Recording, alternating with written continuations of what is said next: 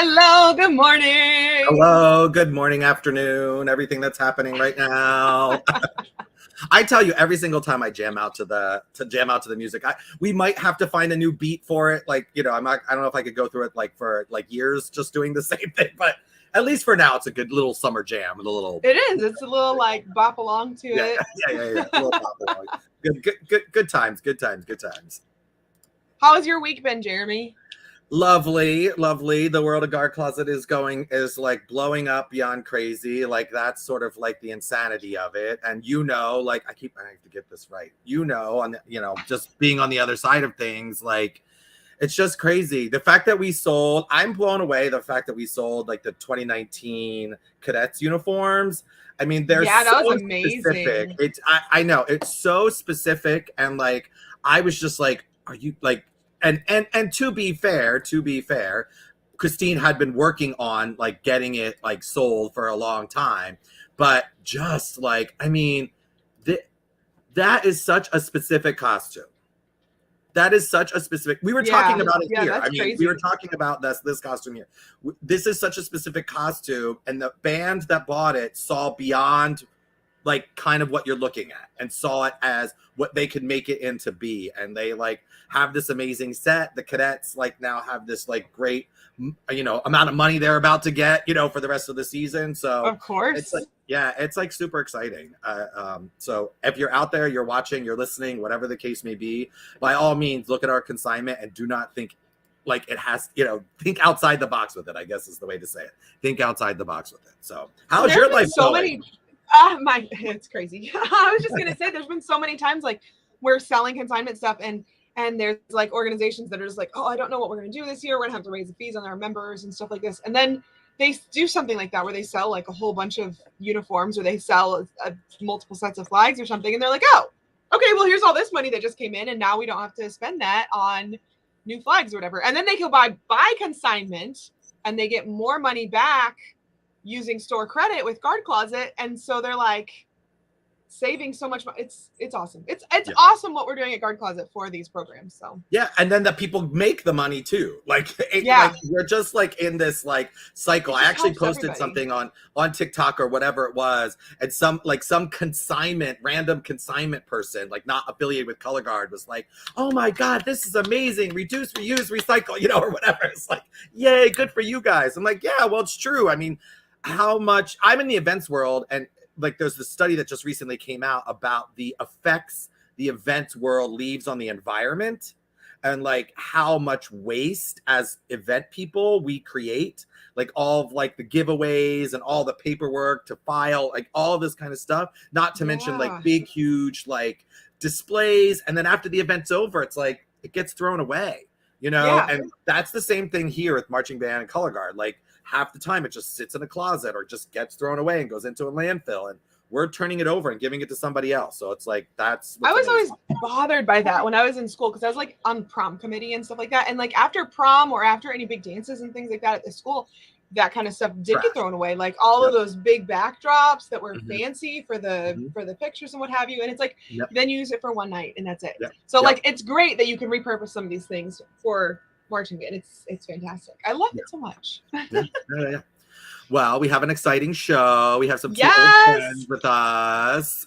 I'm excited for our guests. Let's bring them in. I'll bring one in. I'm bringing in Lisa. And I will bring Trish. Hey, it's Trish and Lisa. Hello. Hi, everybody. Hi. How are you all? To see you all today. Good. Well, we have you here to talk DCA. And so we're super excited to have you all talk DCA. We've been talking DCI a lot with Nikki from Phantom at 9304. And now we have Lisa and Trish to talk about the lovely DCA. Why don't you just tell a little bit, Lisa, we'll start with you. Just tell everybody a little bit about who you are, where you march DCA, so we get the vibe, right? So I'm a DCA girl through and through. I started marching with the Syracuse Brigadiers when I was 13 years old, way back. I won't give you what year so that I don't reveal the age that I'm in, but that's actually how Trish and I know each other, because after being there for a long time, we had a group of people from New Jersey come in, and Trish was part of that group. So we spent a whole lot of years marching together right next to each other in the Blade Line, actually. So we go way back in the color guard world. And I was with Briggs. I was in their original Winter Guard in 99 and 2000. And I stayed with the Corps even after I got married and stopped marching. I was on staff right up until the last year that they were out in 2009. Now my husband is on staff with the Reading Buccaneers, and my daughter's in their guard. So life has kind of come full circle. And I find myself in the role my mom used to fill, as sitting frantically sewing uniforms, trying to get them altered and on the field the night before a show. So we actually met her husband in the Brigadiers. I did. Of course, Aww. of course. Of course. A DCA love story. There's so many of those, I feel like, especially in the DCA world. There's like a lot more that goes on. I mean, you get a little bit of that free time during the week to kind of like canoodle, and you don't have to be like up in each other's faces all the time. You know what I mean? That DCI romances, I don't ever feel like those like long lasting. You know what I mean? It's like that's a great just point. for tour. Yeah. Oh, I know mine were not. All of mine were not. All the drummers that you met on tour, you very quickly said, "See ya, have a nice time." I did not date drummers. No. I stayed away from them. I know better. Good for you. Well, Trish, tell us about you. Okay. Well, I started marching in my little local hometown drum corps when I was a kid. Moved on, did a lot of Winter Guard stuff. But except for my little hometown drum corps, all the rest of my marching drum corps experience is in DCA. I was in the Bushwhackers. And then, as Lisa mentioned, I moved on to the Syracuse Brigadiers. And just, I'm so grateful that I had both of those experiences, because I was just so many great staff and instructors, and I made so many lifelong friends, and just really great. That's awesome. That's awesome. Well, we are here to talk DCA. And I know, like, Lisa, there are probably people that are watching that have no idea what DCA is, like, to be honest. I mean, we're very involved with it. It's very known to us in the Northeast, especially. I feel like it's very sort of concentrated there, but like, just kind of give us like the overall, like, Lisa, like, what's DCA?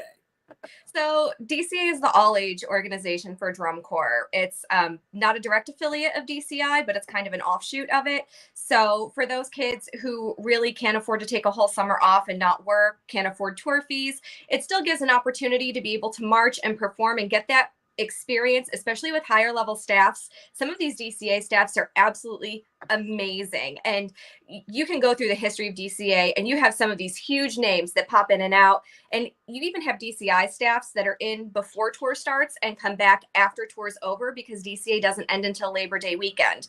The term most near and dear to my heart is the weekend warriors, because they're literally putting on these shows, these full-length productions with all of the same production value, and they're doing it in not even a quarter of the amount of time. They're literally in on weekends, and that's it. It really is at this point just concentrated in the Northeast, which is sad. You have a couple organizations like Rogues Hollow Regiment that are in Ohio, and then you have CV that are down south. But outside of that, it really has just kind of dwindled down to be a thing in the Northeast. I'm hoping that, with adding a third classification this year, so that you have your A class, an open class now, and then a world class, it'll open the door for some more organizations to regain their footing and get back out there again coming out of the pandemic. Yeah. Anything else, Trish, you'd throw in there? No, I think that what Lisa said was really important. I mean, it's the newer people won't understand this, but the older people will. That it just doesn't have, DCA just doesn't have that same stigma that it used to have, that it's like, oh, it's, I love that when she said it was all age as opposed to senior. It still kind of has a little bit of that background, and it was senior corps, and it was people who aged out of DCI, and that it's not as serious and it's not as competitive, because that really couldn't be further from the truth. Lisa, what Lisa said is so true, that, the effort that they're putting in on weekends, is very similar to the effort that these kids are, doing day to day. And the quality is there as well. I think that's really important, that a lot of people go, oh, it's senior corps. And it's really not. It's really not at all. No, it's not. I taught one summer. I've never done drum corps. It's not my gig. I taught when Bobby Biddle started teaching the Caballeros. He was like my best friend at the time. And my other good friend, Kevin, was marching there at the time. And we were sitting, we had gone out for dinner, Bobby and I, and he's like telling me, oh, I got the job at Caballeros. And like, Kevin's marching and blah, blah, blah, blah, blah. And I was like, can I come on staff just to tech Kevin? Because that was like, that was like the running joke, right? And he was like, I love Kevin. He's such a good friend of mine. I love him. Absolutely. Yeah. Oh, totally.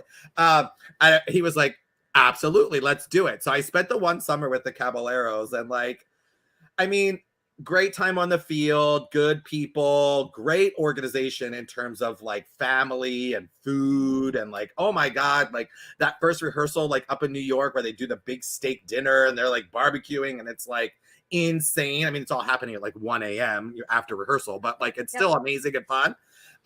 But it's just the sleeping thing for me that I'm just kind of like, I can't, like, staying. You can sleep when you die. It's fine. Yeah. Well, picture this.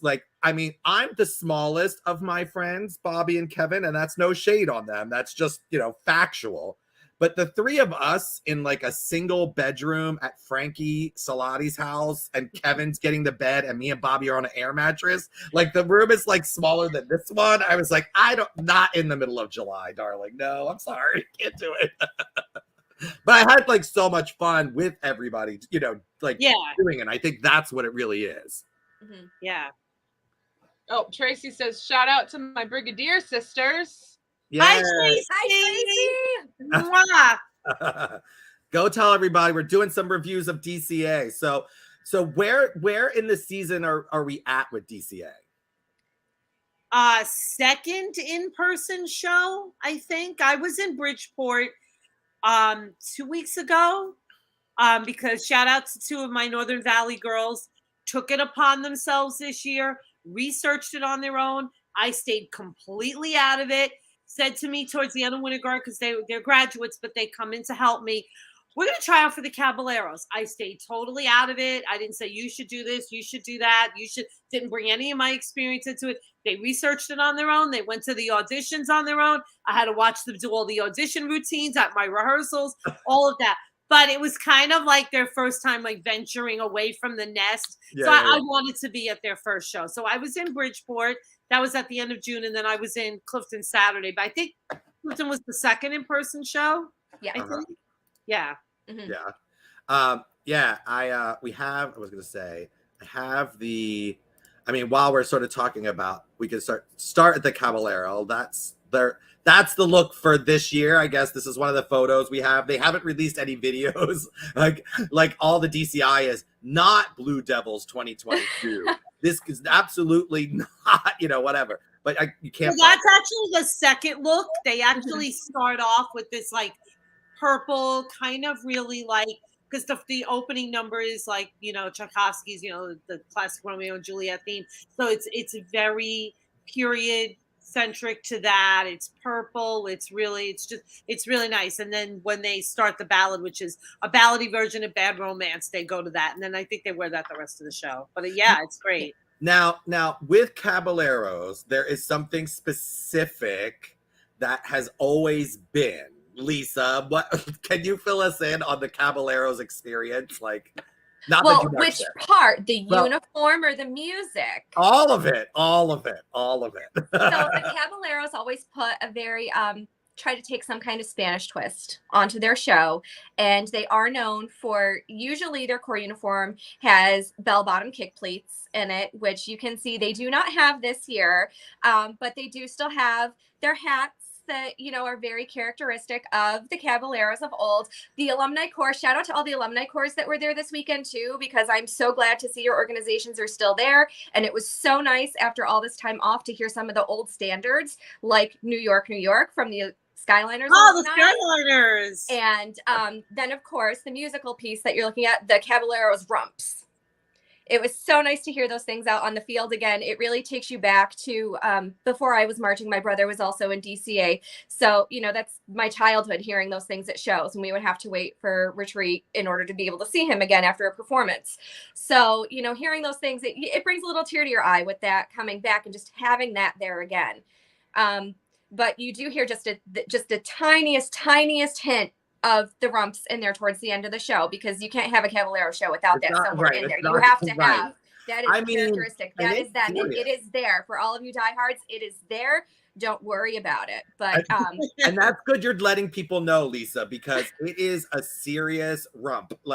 It's a very quick and fast quote, but it's there. My ear caught it for sure. And I'm not the most musical person. I have a background, but I leave that to the other members of my family to handle. And, it kind of goes along. Their show title this year is Timeless.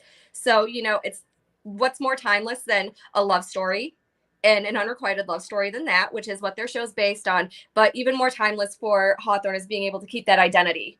And that's really awesome to see that that's still going on all these years. Yeah, the alumni, when they first were talking about that uniform change, ooh, that was a whole lot. I bet. Yeah, that was a whole lot. And I think for people who don't march DCI or DCA or anything, and they look at the DCA corps and they look at the DCI corps, a lot of times they don't see the traditions in the DCI corps the way you see them in the DCA corps. And they look at the corps in DCI and they're like, oh, they changed their uniform. They're a completely different corps now. And it's like, there's so much more behind it that supports it. There's so many more traditions and so much more there. And I think that's the nice thing about the DCA corps is that so many of their traditions are up front, here's what it is, because it's more, it really changes that community identity. You're not just anybody out there on the field. You're the Brigadiers. You're not just anybody out there on the field. It's like, who your corps is.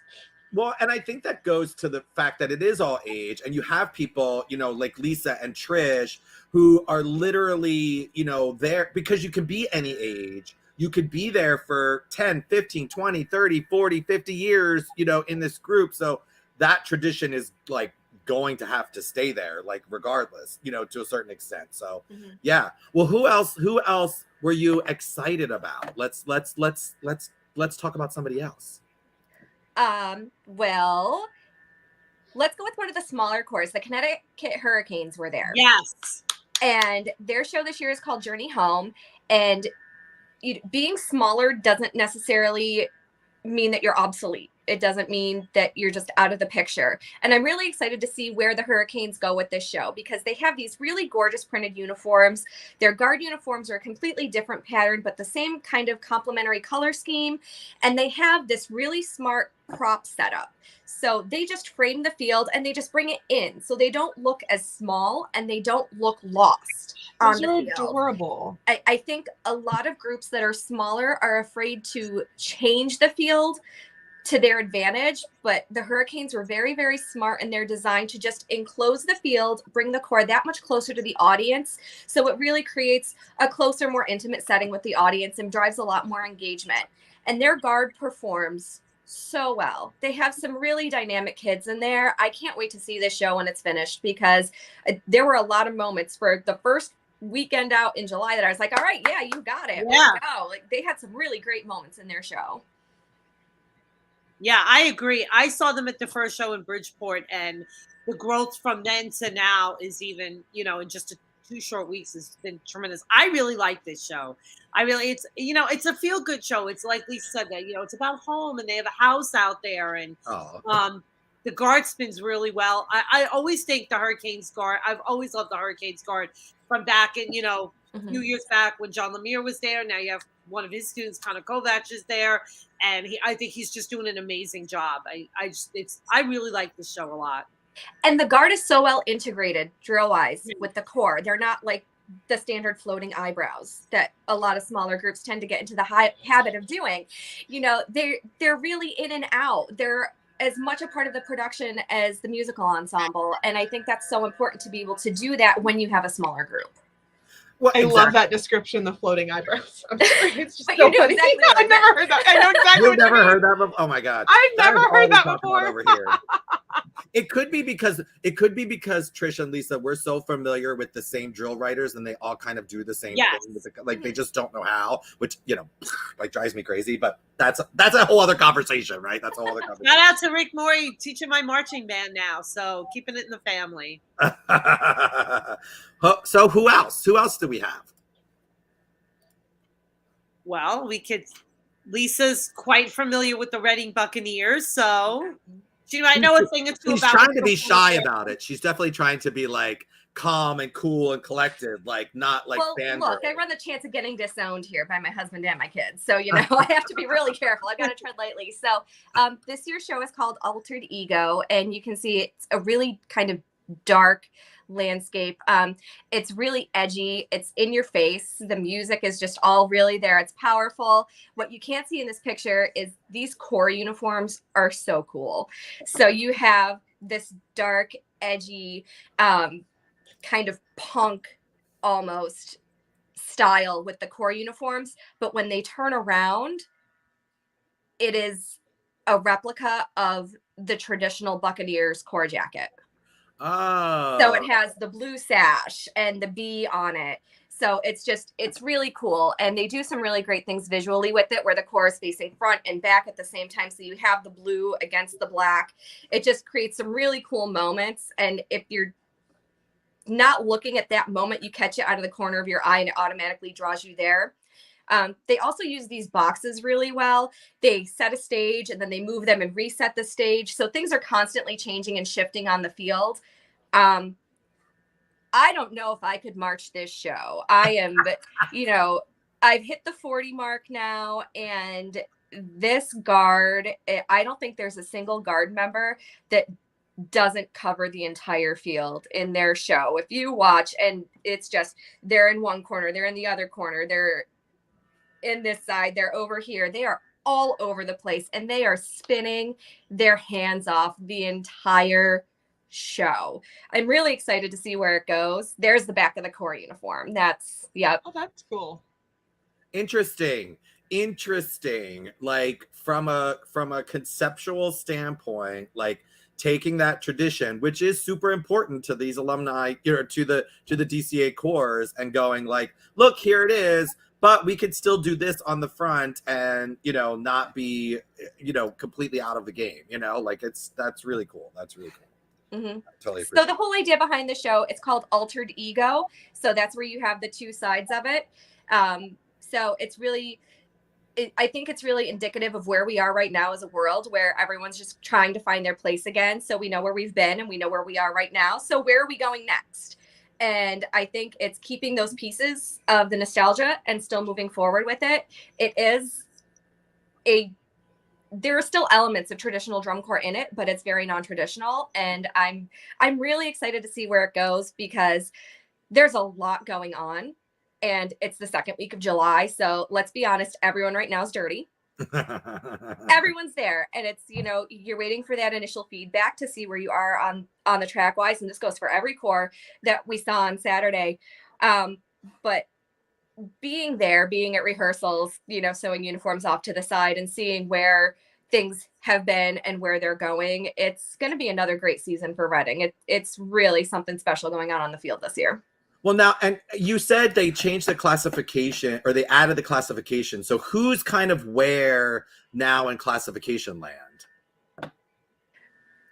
So you have, I believe, don't quote me on this, I believe your world class are the Caballeros, the Buccaneers, the Bushwhackers, and our White Sabers in that class, yes. I think. Mm-hmm. Yep, the White Sabers from New York. I have not seen them yet. I'm looking forward to seeing them too.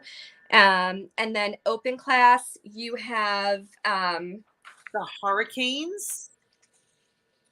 One of the Ohio corps, or maybe both. I can't remember. I know the Hurricanes definitely are. Mm-hmm. Our Cincinnati Tradition and Rogues Hollow, I think maybe. I think Rogues Hollow might be open. I think Atlantis TV is open. So there's, and then I mean, A there's class, some you have in. Fusion Core, Skyliners. And Oh, right. And there's still like then the like now the A class or whatever. Is that what it is? The A class is like the younger, smaller, like all that ones. Yep, it's really more based on size, just to kind of level the playing field a little bit for everyone. Gotcha. You know, and that brings up a really great point. If you see a group in your area that's posting that they have openings, seriously consider it, because there's so much great stuff going on in DCA this year. I'm so excited about it because even the small groups, you know, especially in color guard land, there's a lot of awesome color guard happening right now. And, you know, seeing it come back, help these groups stay active, help these groups stay relevant, because it's really up to us to kind of take that up and keep it going. There are groups all over the place that are still looking for members to help fill things out. So step in and check it out because it's really great this year. And it's fun but competitive. Absolutely. I mean, it's serious, and some of the cores are a little bit more serious than others, but it is serious. But in talking to people at the show on Saturday that are kind of in the know, there's a very huge emphasis this year from the judging community on entertainment. Yep. And they're instructed, the judges are instructed to, you know, during dialogue, you know, at critique, talking to these staffs about, I thought this part of your show is entertaining. What can we do to make with this part of you? What can we do to bring more entertainment? Because they think that that's going to bring the casual viewer either in or back if the shows are entertaining and they get what's going on. Like I used my boyfriend as an example, and I think he's watching because he just texted me. He always talks about when he comes to a show with me, the group that he turns around and says, now what was that? I don't get it. You know what I mean? And I enjoy that, and I appreciate that, and I can have a better you want to try to reach that casual viewer that's just like, that, like Lisa was saying before, wants to hear New York, or wants to see this or whatever. There's a huge focus on that. And I don't know if that transcends into DCI as well, but that the judging community is being talked to this year about, let's talk to these cores about what they could do to be more entertaining and maybe a little bit less esoteric.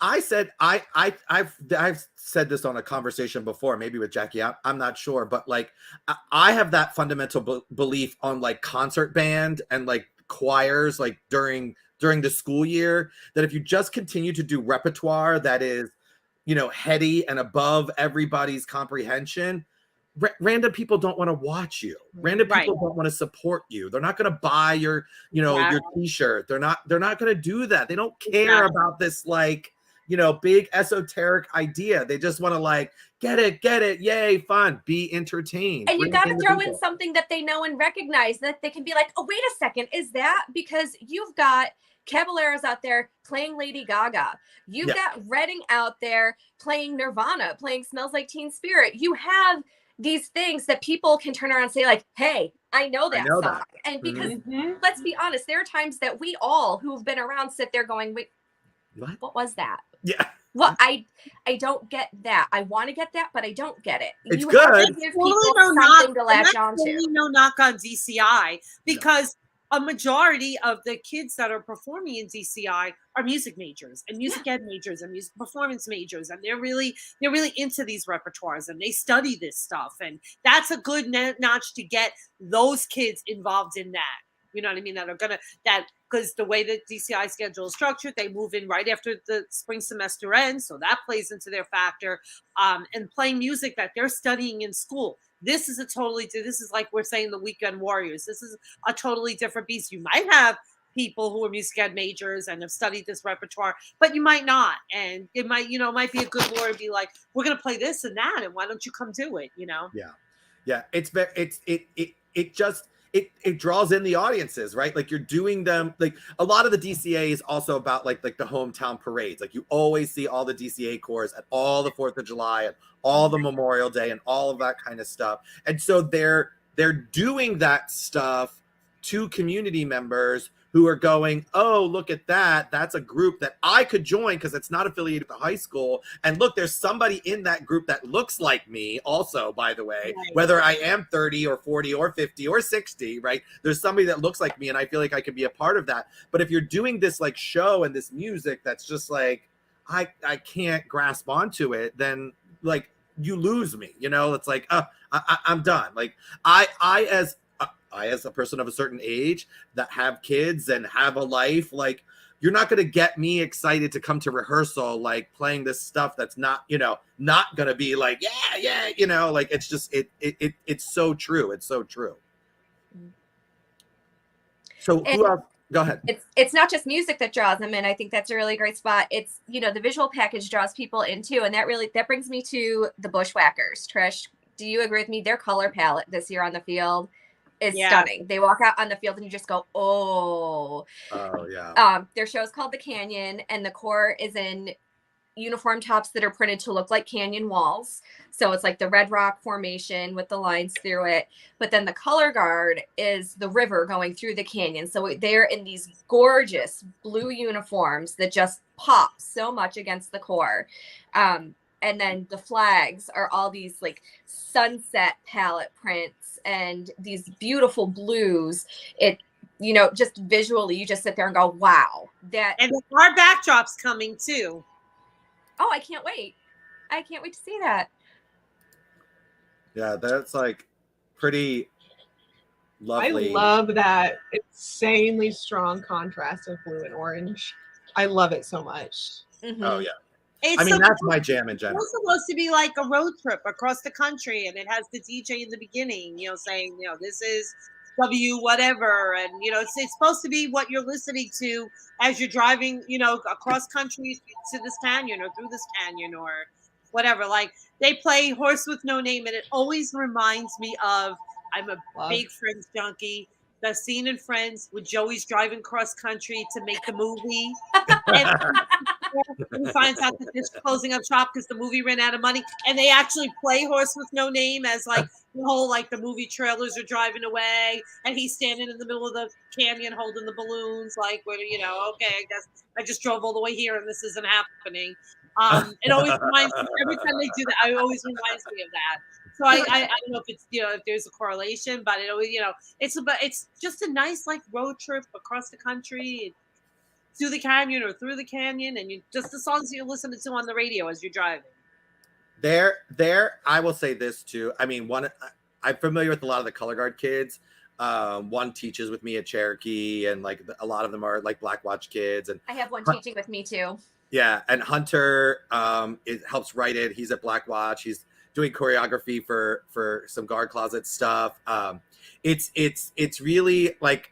Here's a little clip I found. This is just, I guess, the color guard in warm up. But they're kind of like getting it. Mm-hmm. I mean, and especially even for like, nice. You know, this is like this week, you know, like, you know. So, I mean, they're doing it up, and it's no slouching, you know what I mean? Like the color guards of the DCA world aren't slouching. They're not like, oh, no, not at all. And Lauren Heller is the guard caption head, and she's just tremendous. I mean, she's done so many things. But you know what is really a nice thing that she did when she first took over there, and you know, myself and a bunch of the Bush alums, we like to go to, like, you know, they do a lot of things like, you know, come watch our preview or whatever, and we all get together and we go. And she came up to us and said, like, what are things I should know? Like, what are traditions that, like, you know, that I should know from the Bush Guard? Like, what are things that I should carry on? And one of the things we told her was every DCA weekend, the Bushwhackers Guard stretches to a song called Don't Give Up by Peter Gabriel every year. So one year we came to the preview, and she and the staff wrote a whole dance number, a whole dance warm up to Don't Give Up. I mean, and Lisa Daryl's crying in the stands. I mean, so like, I mean, it was a really special moment. It was really, but that's one core I have to say. Well, first of all, it's the only core that I was ever in that's still around. So I was kind of, you know, my you know, tugs at my heartstrings. But the Corps in general always does a really good job of really trying to maintain that tradition, and just things like that and moments like that, and I didn't get a chance to do it on Saturday, but I'm sure they did it. Current members, alumni, everybody come over and sing the Corps song, and I can't even remember when I was in Brigadiers watching them sing the Corps song and kind of being like, there's the Corps song, So there's a lot of, there's a lot. Another example of DCA Corps trying to maintain that identity and that tradition that's really special. And it carries on. It does carry on so easily for them. They just have a long history. Again, it's just the age thing. You know what I mean? Like, it's the fact that you don't have to go away. I mean, any drum corps is only going to have the same members, for a very short period of time, no matter what. You know what I mean? I mean, unless you're like Nikki and you start marching at like 14, you're not going to be there for like 10, 15 years at a single drum corps, most likely. So this is it's super important. I think some of us like that aren't involved in it kind of like look at it from the outside and are like, ugh, like that's how it's viewed. But it's important. It's important, I think. My interactions with DCA corps were I had never heard of it, obviously, when I very first started marching drum corps. But when I marched a little Division II corps called Memphis Sound, which isn't around anymore. But there were people there who had heard of DCA and talked about it, and they talked about these corps. And then when I went to Blue Stars, there and of course they were world class, and like the whole classification system had changed and all sorts of stuff was going on at the time.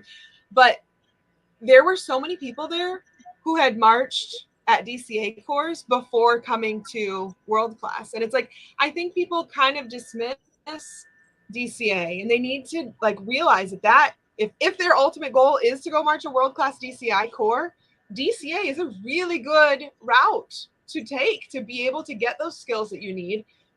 Get not just the marching skills, but the life skills that you need to be able to be a part of an organization like this and to go on tour and to be gone in the summer. Like it's a really good place, and it's a safe place to do it. So like DCA is such a valuable experience. You're going to work during the week and only do this on the weekends to save up that money for next year's tour. So and you realize a lot of things too, marching DCA. Like, I was a very, very small build, so I spent several years in DCA, and I realized that my body would never survive a full tour, that I would have so many joint breakdowns and just getting sick on tour just because of my size and everything, that I knew I physically could not do it.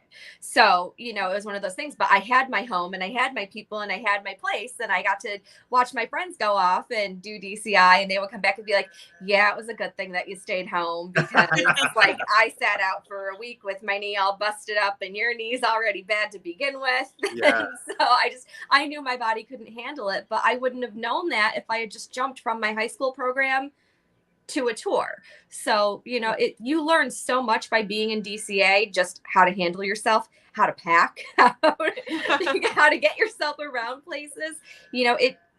I think it's great that so many kids use it as a stepping stone. I wish more would, because I think they'd have more realistic expectations, at least at the very least, going into auditions for the process of how to get through and just how to handle yourself. That's so important what you literally just said, like that they can gain that little bit of knowledge just to, because inevitably when you go to the DCI audition, it's going to be intimidating, right? Like, even if you're like the best spinner, there's still a level of intimidation that you're like, oh, I better step up, or I'm not going to be where I want to be. So the DCA thing really is a lot more familiar. It gives you, especially as a color guard person, the opportunity to work on something on your own for a couple of days, or like, get with somebody else for like a day and let your brain go, okay, I need to think about it. But on the flip side, it also is, while you're there for the weekend, like go, like get it done, because you do have such a short period of time to accomplish it. How do you think, because both of you have marched and taught in DCA and all that kind of stuff, and other places, like other, regular color guards, other color guards. What do you see as the biggest difference when you're teaching it to DCA versus other places? I think for me, the biggest thing is you have to be so organized and so goal focused in DCA because you have a very limited amount of time, especially in color guard. You don't get winter camps because your kids are all out marching WGI or they're teaching and they have high school programs. So you don't get those winter camp weekends in because they're at rehearsal and shows on Saturdays or they're at regionals or their own practices on Sundays. You just don't have that opportunity. So you have kids coming in the end of April, beginning of May. You have such a truncated amount of time to put this full production together. And in the meantime, you're trying to get your uniforms and your flags, and you're still working on show design, and you're still working on choreography because all of this music from this part of the season's already changed because they've been in for practices and they have that. And we're actually starting to see a trickle down effect of that in the drum line too, because of WGI percussion. Those kids are missing now too because they're all marching these independent lines because WGI percussion has taken off so much, which yay, awesome for the activity, but at the same time it's like that shortens your productive amount of time that you have. So you really have to go in focused, knowing what you need to accomplish that weekend, and you have to be really extra flexible within those goals because if something isn't right, you have to take the time to get it right the first time. You can't be like, oh, we'll leave it and we'll come back to it. If something doesn't work when you're putting it on the field, you've got to take the time to stop and try and fix it or massage it into something that will work at the time because you might not get the time to go back and fix it. And you don't want to sit there. DCA is going, man, we never got to fix that. I really wish we just could have changed that moment. So you have to be laser focused in what you're doing. As a staff member, you put in so much time during the week to make sure you're prepared for the weekend and that you have a plan so that you're not letting your kids down. Yeah. What do you think, Trish? I was trying to, as Lisa was talking, I was trying to think about how much different it is than teaching my high school kids. I actually did teach the Bushwhackers. I marched for 2 years and I was on staff for 2 years. And I was kind of like the outside. All the other staff members wanted to march. I didn't want to march those 2 years. So I was kind of the person, doing all the teching and the running around and the That's definitely one big difference is half the time the staffs end up in the show at DCA, then definitely not DCA. I mean, 100%. That rarely happens. Yeah, totally. But I mean, Lisa's so right. You have to just be you just have to really manage your time well, which I mean, we all do that with our high school teams too. I mean, we're all, we all do like, okay, well, we're only going to have X amount of time in the gym this week. So we got to do X, Y, and Z. So if you have that type of mentality and you have that type of, organizational, prowess about you, then it's a pretty easy transition. But yeah, Lisa's right. There's so much more behind the scenes stuff and, And it's like, it's almost different than color guard. It's not almost, it's very different than indoor color guard because like for us, we all know when we wrap up a rehearsal, how long is it going to take us to like pack up and get in the bus? Like we could do it in a half an hour if we needed to, you know what I mean? Like that's no problem. Right. This DCA core and moving all of this business and, it's a lot and it takes a lot of time. So I'm saying that from the standpoint of like a show day, like a Saturday, like Friday night, you might get some rehearsal, but everybody's driving in from like all over the world, literally. Yeah. I mean, when I was teaching Caballeros, there was a car coming down, 2 or 3 cars from Canada every weekend, driving 8+ hours on Friday, like leaving their work early to get there by like 10 o'clock at night on Friday. You're waking up, you've got to maybe get on a bus to drive. You're maybe getting a couple of hours rehearsal someplace, you know what I mean? And then you're going to get Sunday, for like 6 or 7 hours. And then that's going to be, turn around and the Canada people have got to leave by, 3 o'clock to get home by 11. It's like, it's to that level of like, oh my gosh, where like our high school kids, they're leaving and they're driving like 15, 20 minutes. The independent world guards, sure, a lot of those like, drive from far away and all that kind of stuff. But it's definitely different. But even that's changing. A lot of that's changing in recent times too. Because I went to Bridgeport with one of my really good friends who actually volunteers at the Bushwhackers. And she was saying with all this like safe sport and stuff like that going on, now you can't, because I said to her, I said, wait a second, you took a bus, the court took a bus to Bridgeport. When I was in Bush, we didn't take a bus to Bridgeport. That's like an hour drive. Like nobody did that. But now you got to really look out for these young kids that now you're mixing with these older kids. Whereas back in the day, there wasn't that much of a concern about that. Now she said, well, that's how we get the kids. They have to be, you can't just throw a 16-year-old kid in a car with an adult anymore. You can't do it. So even a lot of that since COVID, a lot of that has changed too. Like since, I'm not saying because of COVID, I'm saying since the time we left COVID and then, now we're back on the road. And the same with trying to schedule shower times. Your shower times are doubled now because if you have kids that are minors, they can't be in the locker rooms at the same time as adults. Too. So, there's a lot of backtracking and scheduling that needs to be done. And all right, well, what block can they miss? Can they miss announcements? Do we need all of the underage kids to load the truck, or can they go first and then get food after? That's crazy. It's great. It's great. It is great. It is good. We do need to look out for the safety of the kids. That's always been a good standpoint to have. It's great. I mean, I'm hearing this for the first time as you're saying it, like that it's happening, which is amazing. But you're right. It throws an entire like wrench into what you're used to doing. Right. It's like, well, oh yeah, you could drive the kids. You're older. You could drive the kids. Like, and like that was fine. Like that was fine. And I completely understand why it's not. And it's weird for us because obviously, like, we're not the people that would do bad things, so it's weird for us to think that it has to happen, you know what I mean? But like it clearly does have to happen because so many bad things have happened, like, and I mean, you're in a gym sleeping overnight, with like everybody on air mattresses in the entire gym, and it is every kid. It's the kid who's 14 who's marching, and it's the adult who's 55 that's marching. And how are they doing that, Lisa? Are they set like separate rooms for underage kids, or? That I'm not sure about. I haven't run across that yet specifically. I do think that the organizations that have done that do have separate sleeping spaces. So like if you're underage, you get these 2 hallways, and if you're not, you get this cafeteria or you get this gym, and they separate out that way. But yeah, you're seeing a lot of it trickle down, which, it's looking back on some of the things that happened when I was a wee youngin marching DCA. I appreciate that it's happening. I really appreciate that it's happening. But,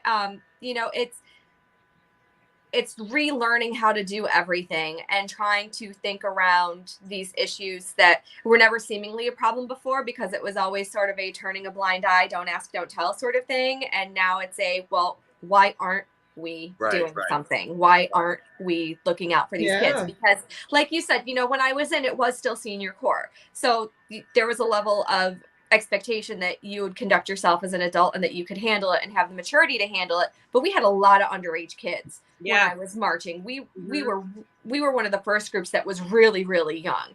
And, just some of the instances and things, we couldn't get away with anything because there were so many people around that were watching us specifically. And like my dad was around helping with the truck and stuff, and my older sister was in. So I was pretty well sheltered and protected, but there were other organizations that weren't, that we would hear horror stories about, things happening, and just, people, adults and kids getting into trouble with things. So, well, let's just say I think it's a good step to take for DCA to kind of clear up that image. And now it is all age. So you're not saying, oh, well, you're an adult. It's all age. So you have the expectation of having minors. Yeah. I will say 2 words. And Jackie, watch the reaction of Trish and Lisa when I say these 2 words. Okay, you ready?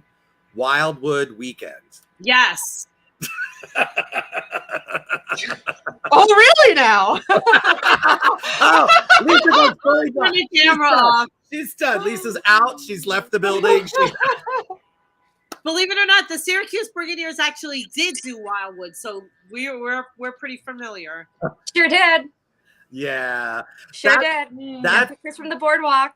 Yeah, that's sort of that weekend. I was of age by then. I was of age by the time we were doing Wildwood. I was of age by the time we were doing Wildwood. But you know what? I think a lot of groups are really smart in how they do Wildwood. There was no Wildwood this year, and I was really, really sad because that's actually turned into one of my favorite weekends because we take extra time off from work and we rent a house and we go down early and we have the entire brass staff stay with us. So it's been a very long running tradition now that, you know, the brass staff chips in and we host, and I spend my whole Wildwood weekend day drinking and cooking, and that's that's it. And I didn't have that this year. And I didn't get the beach this year. So you know, but they are very smart in how they do it. I know just from Reading's instance that all of the members have to stay, you know, specific nights at the housing site. They're required to stay at the housing site so that they can keep track of everyone. And the staff keep track. I honestly don't know of an instance in the years that we've been there that the staff has stayed at the housing site. The staff all gets houses and they stay off site, or they get a hotel room and they stay there. So that, you know, if people are going to be adults, that they are in a separate space and not setting a bad example for people. So, you know, there's been balance has been created in that, you know, it's just a matter of who all goes to a certain watering hole after the show and how well people are keeping track of people there. We all know which watering hole that is. Yeah, we all know I've had one DCA weekend in Wildwood, and that was the year that I taught, and I literally the most crazy experience I've ever had in my life. Grand time, totally fun.